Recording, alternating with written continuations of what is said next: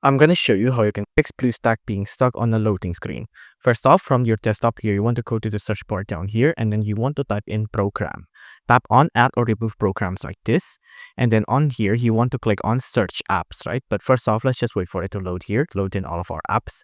Now, once it loads in all of our apps, again, search apps, and then you want to type in Bluestacks, right?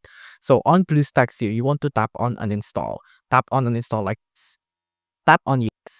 And then let's just wait for the program to uninstall Bluestacks here. Just pick on any one of these. Let's just say engine did not start, and then let's tap on uninstall again, and then let's wait for it to uninstall. Once it has been uninstalled, let's click on completed.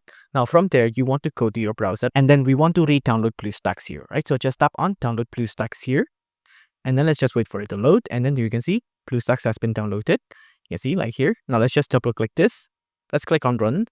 Tap on install now. Tap on I agree, and then let's just wait for it to download here. Once it's done downloading, you'll see that it'll automatically open up the Bluestack player like this, and you can see it was loading for a second, and then you can see it loaded back in just like this. And then you can see uninstalling and reinstalling works great.